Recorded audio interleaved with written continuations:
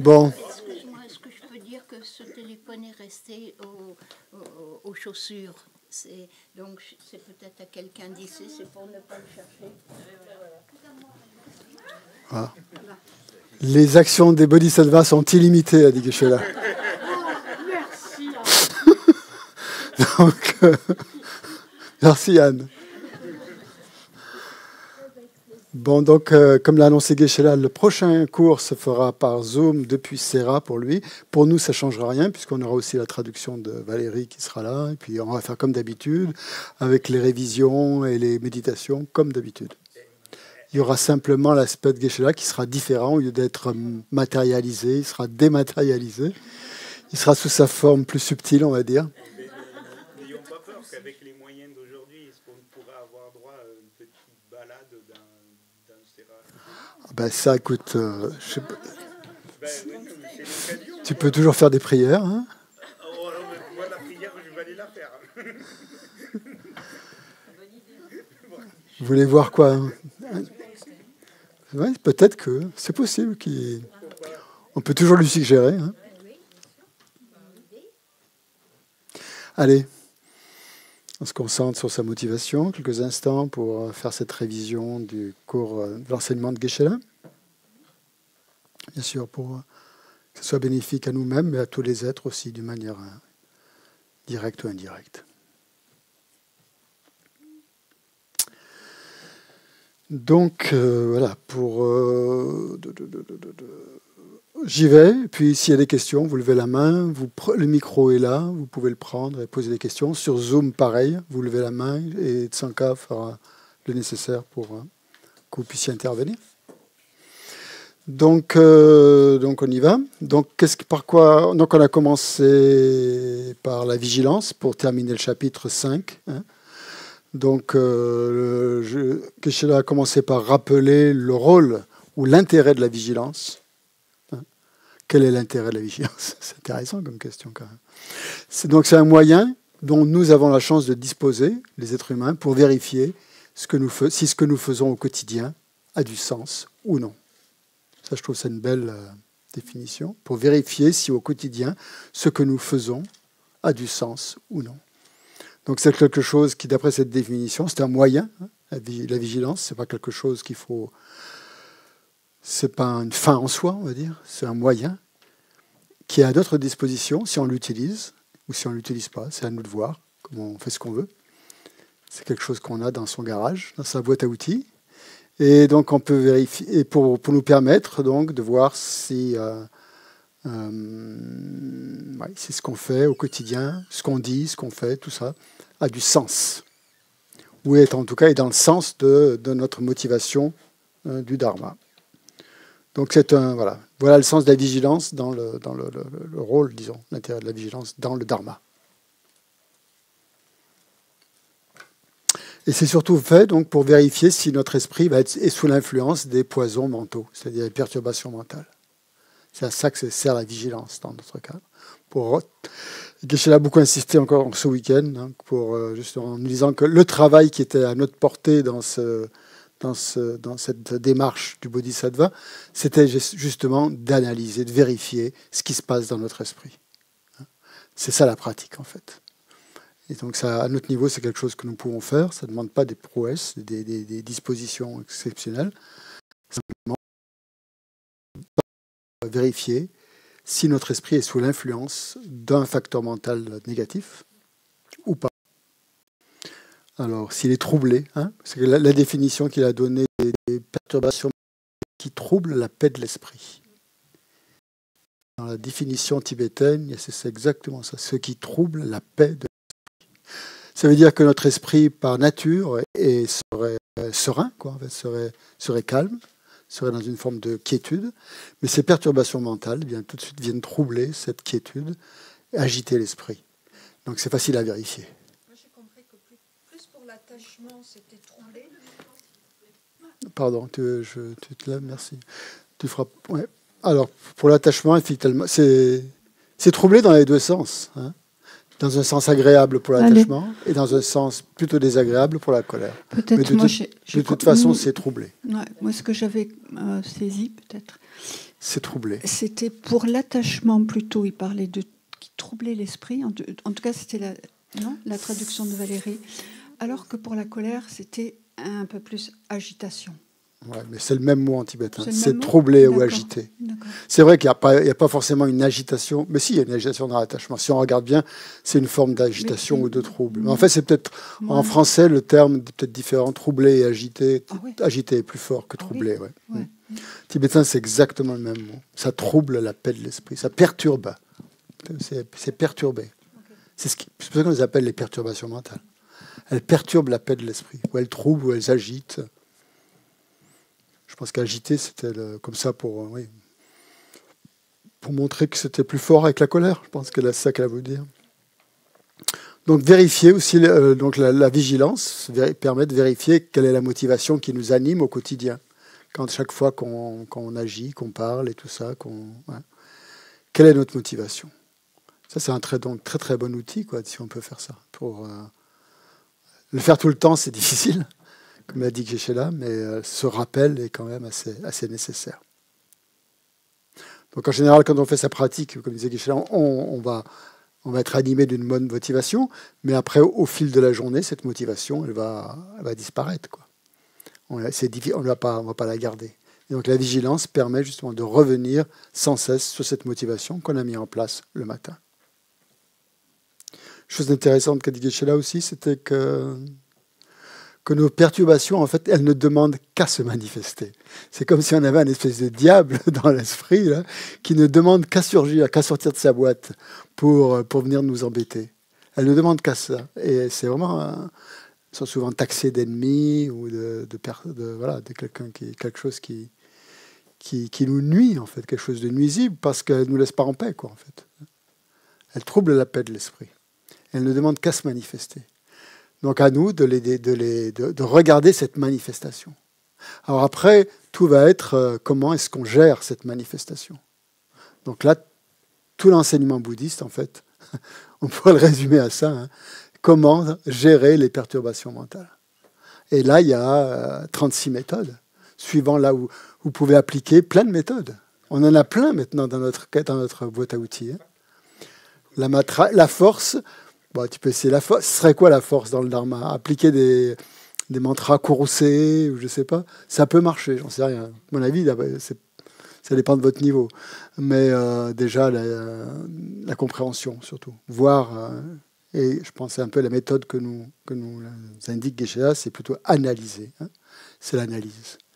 Analyser ce qui se passe dans notre esprit quand on est sous le joug, sous l'effet d'une perturbation mentale. Est-ce qu'on est heureux? Est-ce qu'on est malheureux? Est-ce qu'on est à l'aise? Est-ce qu'on n'est pas à l'aise? Alors justement, l'attachement donne l'impression qu'on est plutôt heureux parce que il y a une effervescence, comme disait Valérie. Est-ce que la colère, c'est plus négatif? C'est carrément négatif. Mais dans les deux cas, il y a quelque chose qui n'est pas en paix, quoi, en tout cas. Voilà, donc c'est intéressant de regarder justement comment notre esprit fabrique. Enfin, il fabrique. Ces perturbations, elles sont là, mais aussi notre esprit, il les développe, il les cultive. Et comme disait Geshe-la, donc il suffit de voir comment, quand on est face à quelqu'un, comment nos perceptions de cette personne, notre perception de la personne, elle est influencée par une perturbation mentale. On a rarement une perception neutre d'une personne. On met tout de suite devant une étiquette, hein, ami, en gros ami, ennemi ou neutre à la limite. Hein. Il y a des gens qu'on ne remarque pas, bien sûr. Il y en a qu'on remarque tout de suite, mais qui ne nous plaisent pas, puis d'autres qu'on remarque parce qu'ils nous plaisent. Et tout ça, c'est complètement influencé par l'ego, évidemment. Et ça, c'est ça qui fait que les perturbations mentales s'élèvent, quoi, en fait. Cette projection qu'on met sur l'autre. Et voilà. Et après, comme l'a fait remarquer justement Chantal, après il y a la peur qui vient. Mais on en a parlé pour la colère. Mais la peur, en fait, c'est quelque chose qui est... C'est pas une perturbation mentale en tant que telle, c'est un élément, un facteur, en fait, qui est dans toutes les perturbations mentales. Par perturbation mentale, je veux bien dire négative, hein, pas forcément les émotions positives, mais émotions négatives. Il y a toujours, même dans l'attachement, il y a une forme de peur, si on regarde bien. Une grosse peur. Dans la jalousie, il y a de la peur, et évidemment, dans l'orgueil, il y a de la peur. Dans toutes, si on regarde les perturbations. Dans les doutes, il y a de la peur. Partout, partout. Hein. Et en fait, on est... dans la colère, on en a parlé justement ce matin, c'est évident. Dans la colère, il y a de la peur. Dans les deux sens, d'ailleurs, dans les deux cas. La personne qui est en colère et celle qui reçoit la colère aussi. Et celle qui est en colère aussi a de la peur, puisqu'elle se sert de cette colère pour exprimer une frustration, ou je sais pas, moi, plein de choses. Voilà. Ce que ça indique aussi par rapport à la vigilance, un truc intéressant que j'ai relevé, c'est qu'en fait, notre motivation, on a une bonne motivation en général, mais cette motivation n'arrive pas à être stable. Elle n'est jamais stable. On l'a pendant 1 minute, on l'a 2 minutes, ça apparaît comme ça s'élève, et puis après ça disparaît. On l'a plus. On retombe dans les vieux schémas, schémas de pensée, schémas mentaux.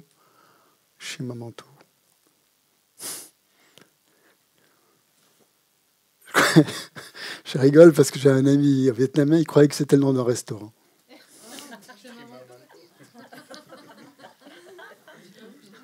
Tôt. Bon.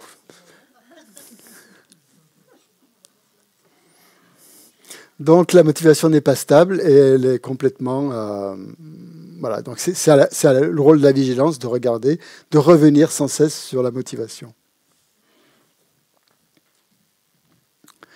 Et la vigilance donc va être là pour nous aider à corriger nos erreurs.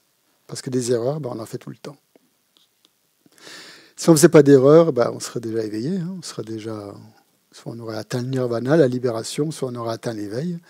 Et donc, si on regarde bien, on est constamment en train de faire des erreurs. Voilà. Donc, ça, c'était un petit peu pour terminer, pour montrer le rôle de la vigilance qui occupe donc tout le chapitre 5, en fait. Hein. Et on a vu donc dans ce chapitre, Shantideva était nous donnait des conseils extrêmement pratiques pour nous entraîner à la vigilance dans notre comportement. Voilà. Moi, je le partage avec vous, mais il ne faut pas le dire. Hein. C'est un fait drôle parce que Shantideva nous fait un super beau chapitre sur le comportement, alors que lui, il était taxé de busuku, c'est-à-dire quelqu'un qui ne faisait que dormir, déféquer, et c'était quoi l'autre? Et manger. Manger, dormir et déféquer. Ça veut dire qu'aux yeux des autres moines, il n'avait pas forcément un comportement très exemplaire. Mais ça veut dire quoi? Que c'est sûrement un bodhisattva de très haut niveau, puisqu'il a composé ce texte et toutes ses réalisations, il ne les montrait pas. Il montrait exactement le contraire de ses réalisations pour justement pas éveiller le moindre soupçon et passer même pour le pire des abrutis dans le monastère. Donc voilà, donc faut pas. Voilà. Et là, il était capable de donner aux moines les règles d'un comportement exemplaire.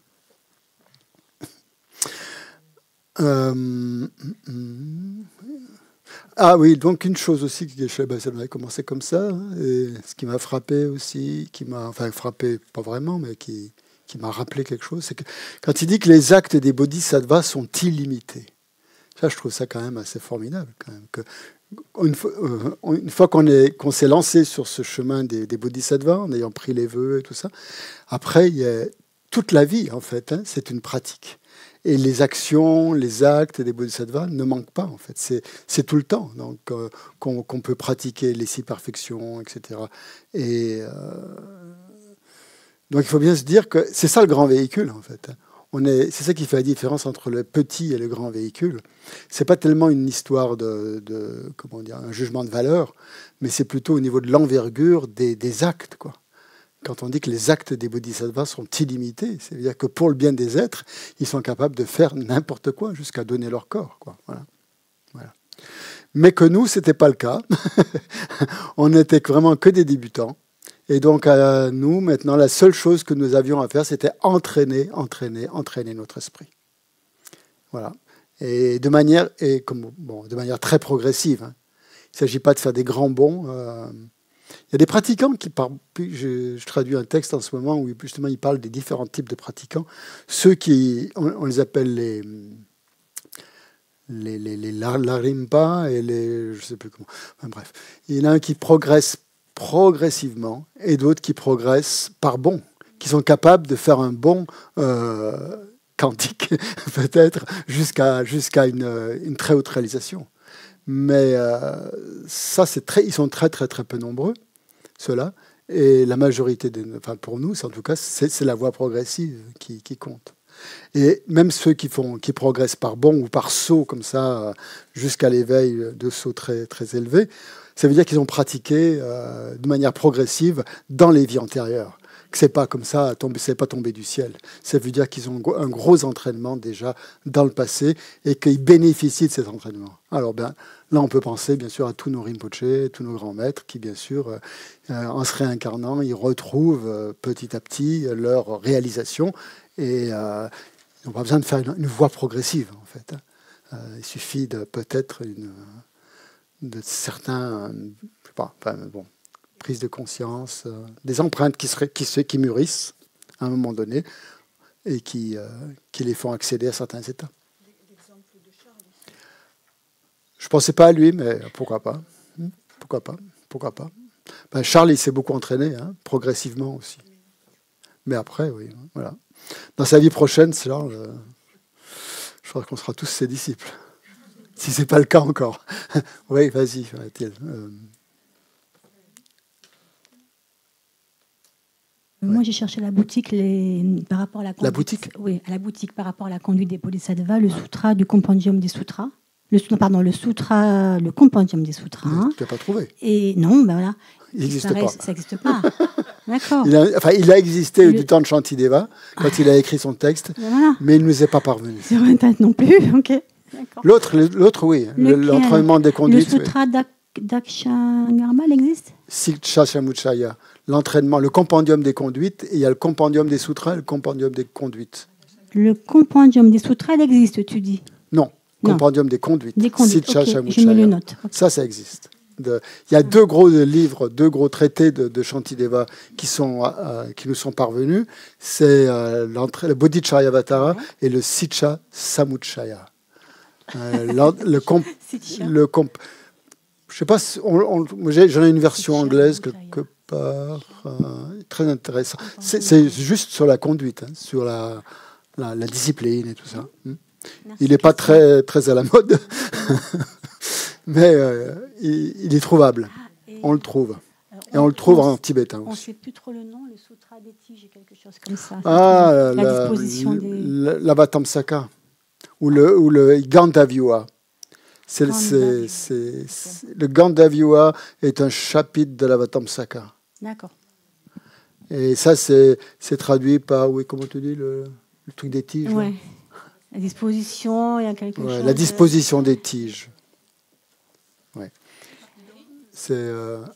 Et sinon, attends, j'avais une dernière question. Oui, enfin bon. Sinon, le sutra, l'entrée dans la 10e terre ou quelque chose comme ça, un titre qui s'apparente à ça. L'entrée dans la 10e terre ? Oui. Ah, c'est quoi ? J'ai vu ça aussi à la boutique hier. Ah, ouais, c'est possible. Est-ce que ça peut nous aider par rapport à ce qu'on étudie ? Je connais le sutra des 10 terres. Ou les 10 terres, peut-être, ça doit être ça. Je sais plus. Ouais, les sutras des 10 terres, ça montre vraiment la progression d'une terre à l'autre. D'accord. Et est-ce que ça peut nous aider par rapport à non, justement, Geshe-la a insisté sur le fait que, à notre niveau, c'était pas facile forcément de trouver ces livres-là ou de les lire, des sutras qui sont assez volumineux, qui reprennent tout ça.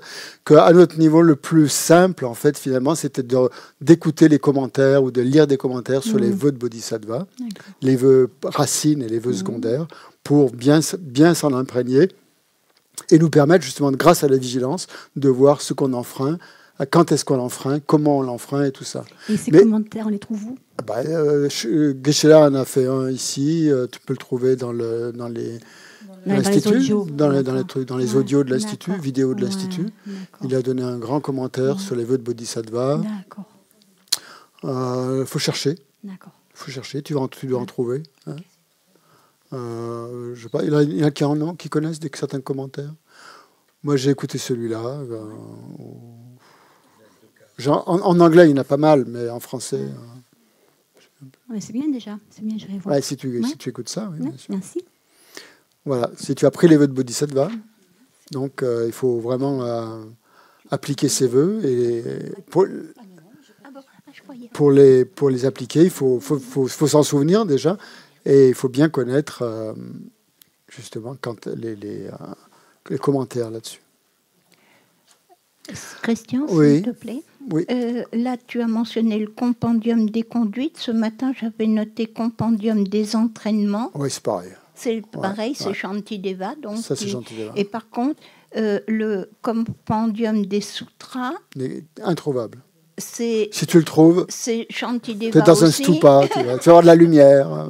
Et Akasha Garba, lui, il a fait des commentaires. C'est lui qui a rédigé des... Akasha Garba, ben c'est ce qu'elle dit au début, parce que Oui, mais là, je cafouille un peu. c'est essence de l'espace, un truc comme ça. Akasha Garba. Garba, c'est essence. Voilà, Akasha, de c'est l'espace. l'espace. Donc, c'est le nom d'un bodhisattva, apparemment. Et souvent, il y a les noms des bodhisattvas quand les bodhisattvas requièrent un enseignement.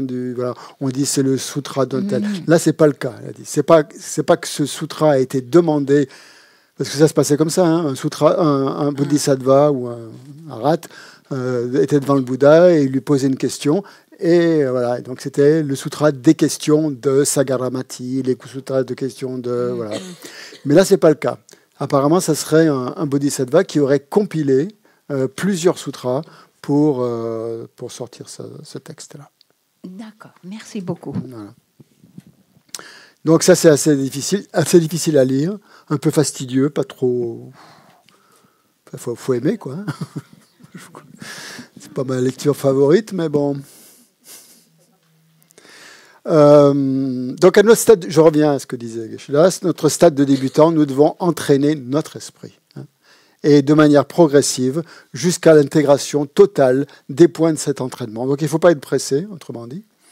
Et surtout, et Geshe-la nous le répète sans cesse, bien sûr, mais je pense qu'il en a encore mis une couche aujourd'hui, ce matin, ne pas faire fi des premières étapes.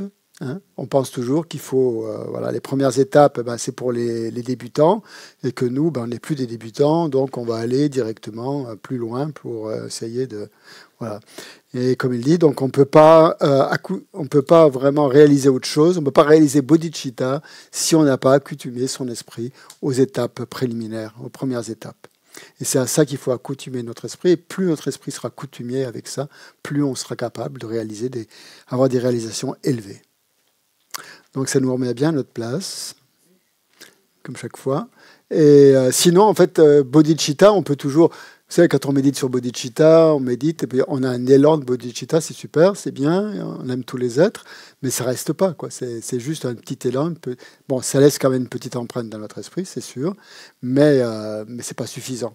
Tandis que si on a vraiment médité déjà sur les notions fondamentales, comme la mort, l'impermanence, la précieuseté sensuelle, après ces méditations supérieures, elles sont beaucoup plus ancrées là-dedans, elles sont beaucoup plus stables. Voilà. Donc c'est pour ça qu'il y a cette voie progressive, en fait, hein, pour nous amener progressivement à atteindre les réalisations les plus élevées. Et toutes ces méditations de base, en fait, elles permettent de transformer notre esprit. Donc il ne faut pas...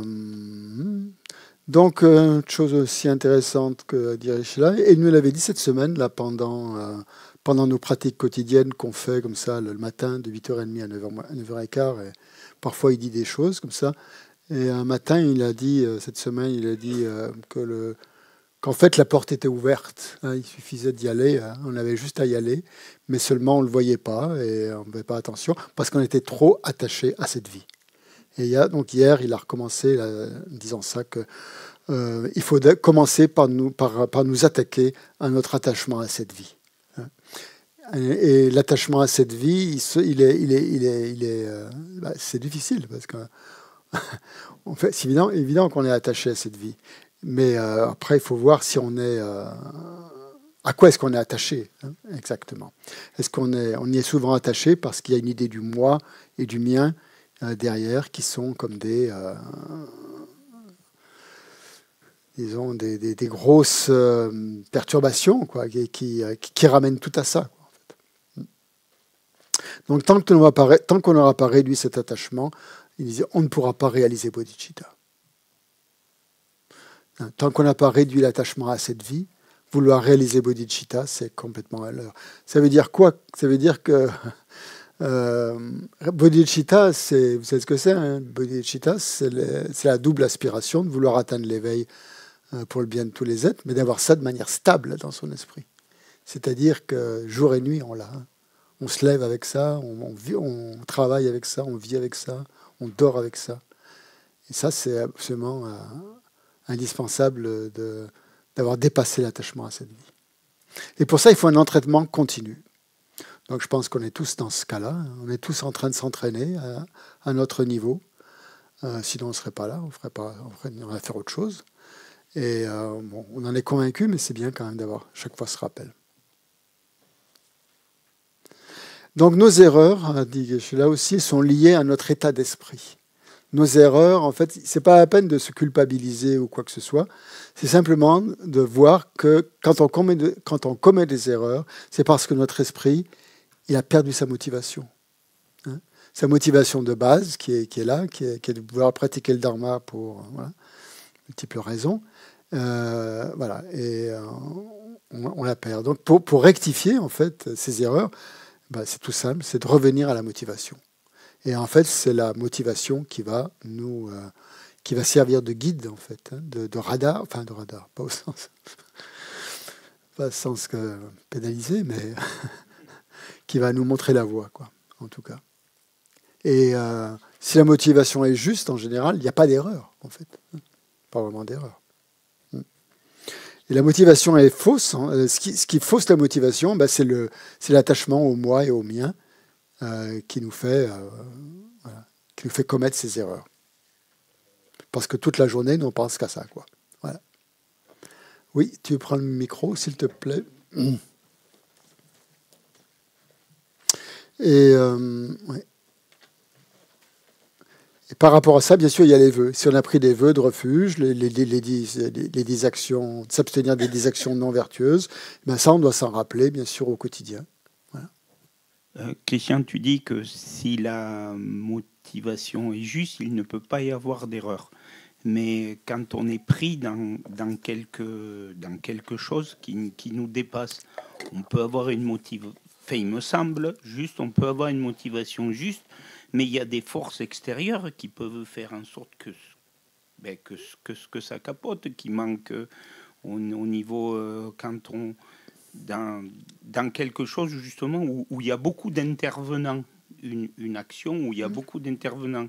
Il peut y avoir quelque chose qui capote. La motivation, elle était juste au départ. Au départ, oui. Et par exemple, dans un mouvement, il suffit qu'une personne après amène une parole qui n'est pas dans le sens du mouvement.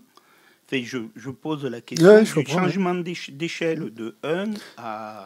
Eh bien là, la réponse est donnée par Shantideva, c'est la vigilance. C'est d'appliquer la vigilance pour voir si les forces extérieures dont tu parles, qui t'emmènent dans un autre mouvement, elles t'influencent ou si elles ne t'influencent pas. Et la vigilance, ça va permettre ça, de voir si tu es influencé par ces forces extérieures ou si tu gardes le cap de ta motivation.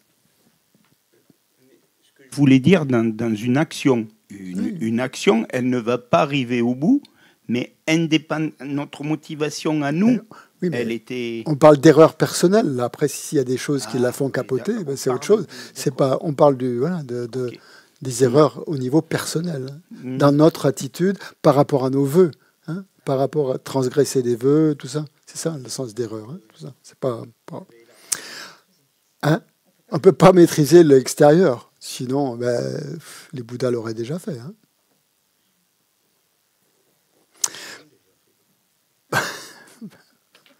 Donc, purifier nos erreurs. Comment purifier nos erreurs ? Pour purifier nos erreurs, il y a 3 choses qu'il faut faire pour chaque fois essayer de purifier ça. C'est 1, accumuler des mérites. Pour remettre un peu du carburant dans le réservoir. C'est ça, les mérites. Purifier le négatif. C'est-à-dire, par exemple, transgresser des vœux. Au quotidien, on transgresse des vœux. C'est pratiquement, à notre niveau, c'est pratiquement inévitable. Ça dépend des vœux qu'on a, bien sûr. Et troisième force, c'est la dédicace. Hein, ne pas oublier de dédier toutes ces actions positives. Hein. Donc c'est ça que donne le sutra des 3 collections, en fait. Hein. Accumuler des mérites, purifier le négatif et pratiquer la dédicace. Et en fait, la pratique, elle se résume à ça, hein, si on veut. Hein. On pourrait dire que ça se résume à ça. Avoir une bonne motivation, hein, dès le départ, dans sa journée, accumuler des mérites tant qu'on peut, en faisant des pratiques, en se mettant au service des autres, en faisant plein de choses, je sais pas, différentes choses, suivant notre travail, on est tous impliqués dans des actes différents. Purifier le négatif, ça aussi, il nous est recommandé quand même de faire tous les jours une pratique de purification pour purifier les vœux, pour purifier la motivation, pour purifier nos erreurs, justement. C'est à ça que sert la pratique des 35 Bouddhas ou la pratique de Vajrasattva. Hein, et de le faire surtout avec une motivation de bodhicitta. C'est ça qui est le plus important, pour que ça purifie vraiment.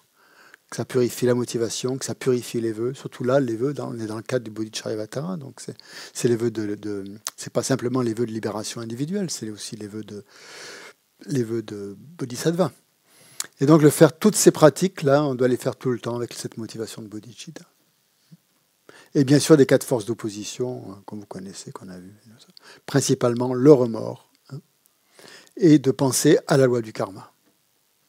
Donc avec ça, on purifie les erreurs. Une chose intéressante aussi que j'ai relevée, pour les purifications, pour les transgressions majeures,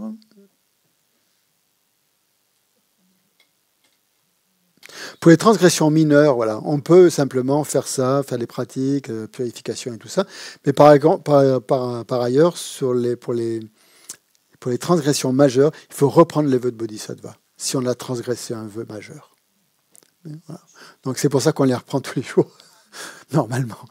Hein, quand on fait ces pratiques, on reprend chaque fois les vœux de Bodhisattva au quotidien. Hein. Il y a une prière justement pour faire ça, pour renouveler son engagement, ses vœux de Bodhisattva.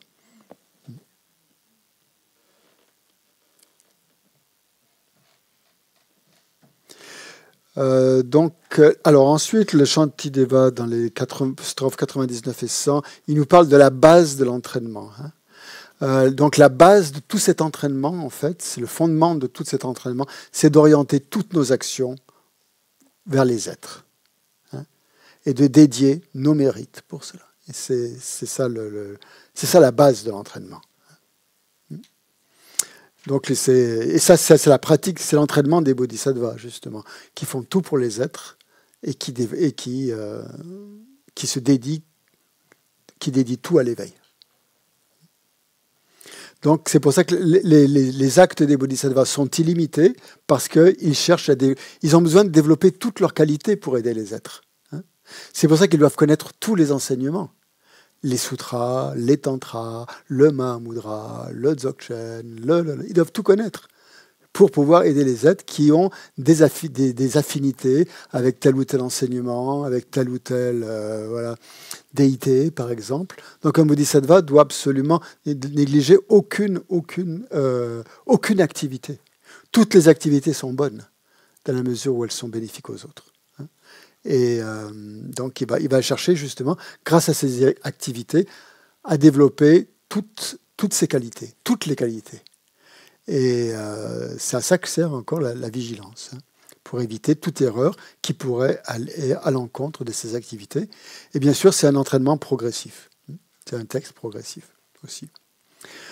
Donc, ainsi, le bodhisattva peut accumuler beaucoup de mérites, puisque tout ce qu'il fait, mangeant, parlant, tout ça, c'est dédié au bien des êtres.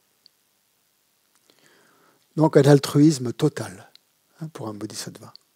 Le guide d'un bodhisattva, c'est l'altruisme total. Donc, bien sûr que nous, on n'est pas... Ce qu'il y a, je trouve intéressant dans ce texte, c'est qu'en fait, il y a pour tous les niveaux. Hein.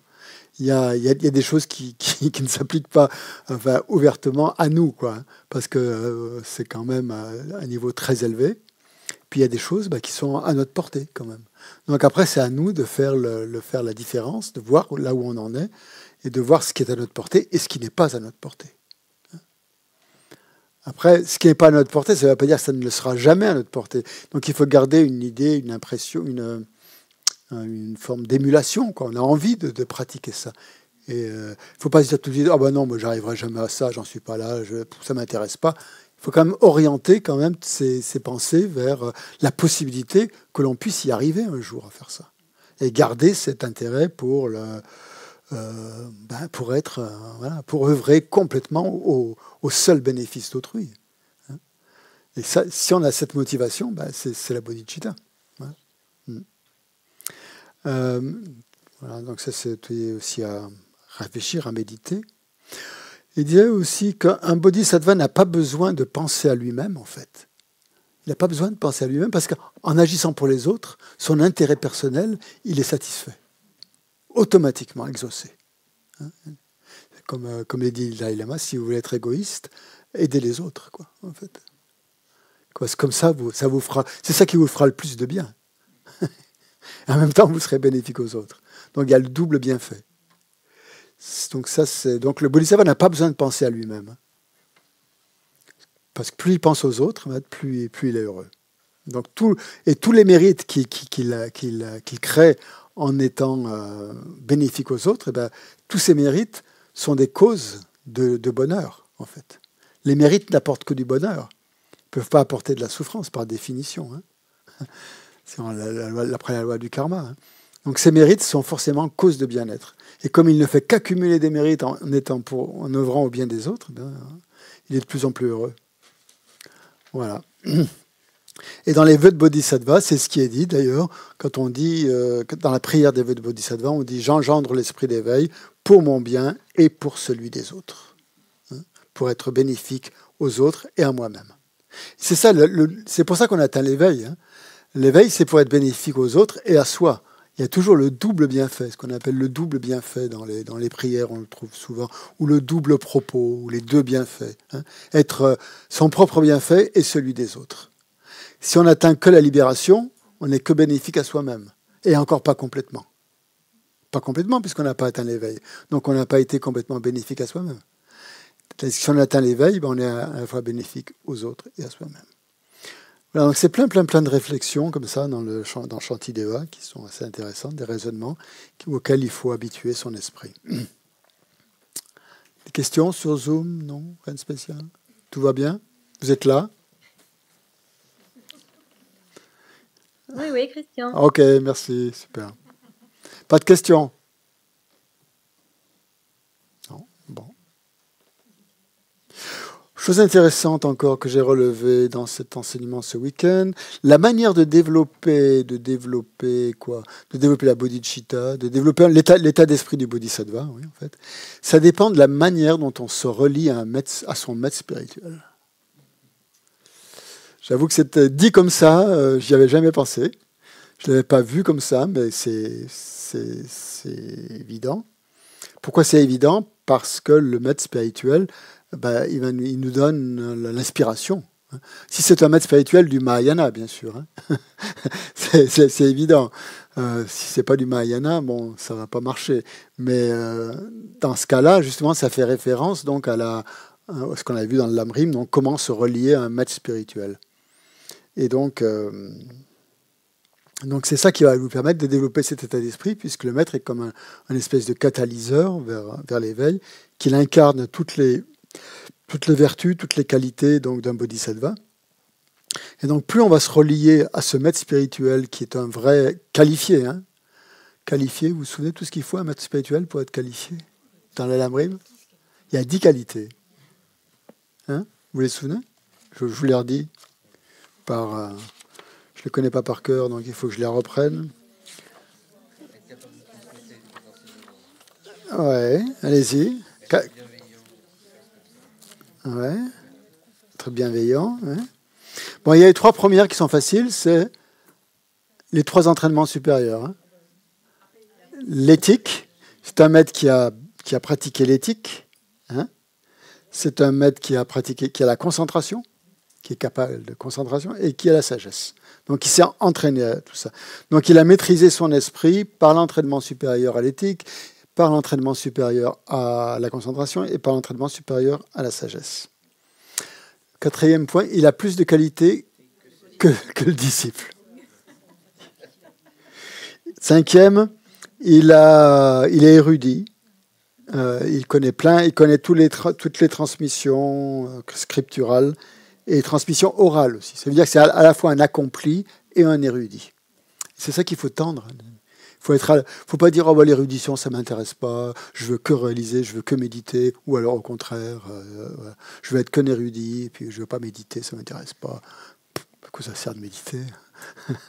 Il faut essayer d'allier les deux. Ça c'est absolument indispensable. Surtout dans notre tradition Gelugpa, je pense qu'on met bien l'accent là-dessus, comme Tsongkhapa était vraiment l'exemple de ça, d'un grand accompli et de grand érudit. Quand on lit ses traités sur la vacuité, c'est absolument incroyable. Très très subtil. Puis en même temps, toutes les pratiques qu'il a faites, c'était incroyable. Donc, davantage de profusion, expérience de la réalisation directe de la vacuité. Ça, c'est le nec plus ultra, si peu, bien sûr. Persévérance enthousiaste pour enseigner le dharma. Être capable d'enseigner selon les différents niveaux des disciples. Les différentes capacités, les différentes dispositions, de voir ce qui convient à l'un et pas à l'autre, et là, comment il va être, s'il faut le faire rire, s'il faut le faire pleurer. Comment. Ça, il faut être très perspicace. Ensuite, la motivation, de toujours enseigner avec bienveillance, avec amour, avec bienveillance. Moi, je pense qu'on a vraiment des maîtres qui en sont... là, il n'a pas besoin de bien vérifier, là. Et une grande patience pour enseigner sans se sentir découragé. Là aussi, on a vraiment des maîtres exemplaires à ce niveau-là qui montrent comment ils sont toujours heureux d'enseigner, toujours heureux de nous guider, quels que soient nos travers et nos obstacles. Donc, voilà. Donc, si on se relie à ces qualités des maîtres spirituels, forcément, on va développer, nous aussi, ces qualités et avoir de plus en plus dans la ligne directrice, être comme un bodhisattva. Donc, voilà, un maître qualifié, donc c'est ça. Suivre un maître pleinement qualifié pour bien nous entraîner à la conduite des bodhisattvas. Donc ça, c'est au début de l'Amrim, mais c'est dans tous les textes. Puisque c'est grâce au maître qualifié qu'on reçoit toutes les instructions. Et sans instruction, on ne peut pas avancer, si on n'a pas les instructions. Si on n'a pas les instructions sur les vœux, si on n'a pas les instructions sur les pratiques, on ne peut pas avancer. Et là, ça combat peut-être une tendance qu'on peut avoir en se disant « Oh, mais moi, je sais mieux que les autres, je sais ce qui me convient, lui, il ne sait pas forcément. Donc, j'ai envie de pratiquer ça parce que finalement, j'aime bien cette déité, ouais, elle a 6 bras, lui, il n'en a que 4. » Ou alors elle est en union, ouais, ça me plaît. Ou alors elle est courroucée, ouais, j'ai besoin du courroux pour m'affirmer. On peut avoir ce genre d'idée un peu de vouloir un peu faire sa sauce, quoi, un peu. Et supermarché, ouais, le matérialisme spirituel, pour pratiquer. Donc le maître est là justement pour nous donner les instructions nécessaires parce qu'il voit ce qui nous convient et ce qui ne nous convient pas. Et nous, on ne le voit pas. Nous, c'est notre ego qui nous dit tu ferais bien de faire ça, tu ferais bien de faire ci, mais en fait, on se leurre. Si on ne se leurrait pas, on serait déjà éveillé. Donc, il faut faire confiance à un maître qualifié qui va nous montrer ce qui est nécessaire et ce qui est complet aussi. Non seulement nécessaire, mais nous, on a... moi, je parle de moi, bien sûr. On a tendance à papillonner un petit peu. Ce mois-ci, tiens, je vais m'intéresser à cet enseignement, je vais étudier, voilà. Puis le mois prochain, je vais étudier ça. Et puis finalement, on s'éparpille comme ça dans tout un tas d'enseignements. Et au bout du compte, on a creusé plein de petits trous un peu partout, mais on n'en a pas creusé un qui soit vraiment profond. Et donc, l'intérêt de suivre un maître, c'est de nous faire creuser en profondeur ce qui va amener une complétude dans notre parcours spirituel. Et pas juste des petites touches par là qui colorent un petit peu, qui nous rendent intéressants aux yeux des autres, mais finalement, qui n'apportent pas grand-chose. Voilà. Donc, après, il s'est entré... Donc il faut s'appuyer sur le corpus des sutras, sur les sutras qui nous enseignent justement quelles sont les instructions. Donc là, on l'a évoqué tout à l'heure, c'est pas la peine de revenir là-dessus. Compendium des sutras, donc voilà. Les 2 commentaires de Nagarjuna, par contre, j'ai pas entendu le titre. Je pense qu'on les a pas nommés. Je pense qu'il doit y avoir l'éloge à l'esprit d'éveil. Mais c'est mon... Je devine, hein, je ne suis pas sûr. Il a dit donc s'appuyer sur les sutras et les shastras. Les shastras, c'est-à-dire les traités qui expliquent la parole du Bouddha. S'appuyer sur la parole du Bouddha et s'appuyer sur les traités qui expliquent la parole du Bouddha. Et voilà, pour vraiment prendre conscience des infractions que l'on risque de commettre, voilà, et de bien faire la différence entre ce qui est une infraction et ce qui ne l'est pas. Donc ce chapitre était lié très fortement à l'éthique, hein, justement.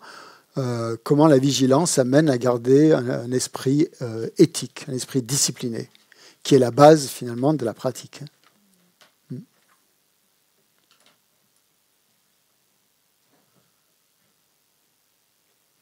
Il a terminé ce chapitre en disant une chose intéressante. Qu'est-ce que ça implique qu'être bouddhiste? Ouais.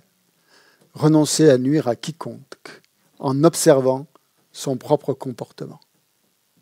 Okay. Je pense que ça résume bien l'attitude du Nangpa, hein, l'être de l'intérieur, comme on dit en tibétain. Donc le bouddhiste, c'est quelqu'un qui renonce à nuire à quelconque en observant constamment son comportement.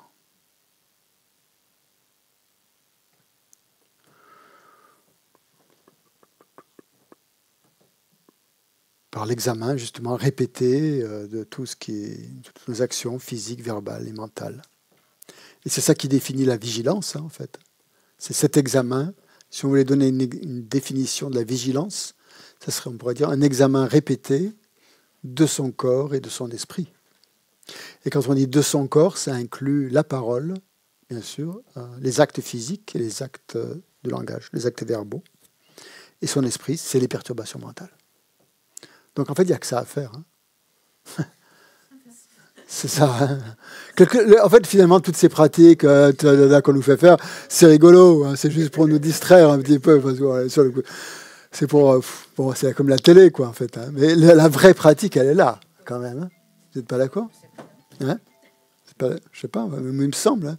Après avoir fait le tour, avoir reçu plein d'initiations, avoir étudié et traduit plein d'observations, j'en reviens là finalement qu'il n'y a qu'une chose à faire, c'est observer son esprit et puis essayer d'avoir un minimum d'éthique pour avoir voilà, pour pouvoir avancer, quoi. C'est tout. C'est tout ce que j'ai à dire pour aujourd'hui. Il y a des questions? Oui, c'est bon pour l'heure? Oui. On est à l'heure, voilà, parfait. Donc, on va faire une petite pause. On va reprendre à 3h10 pour la méditation. 3h15, pardon, oui, 15. 3h15 la méditation. Donc, si vous voulez vous dégourdir les jambes, boire un verre d'eau ou autre chose, prendre un vol d'air.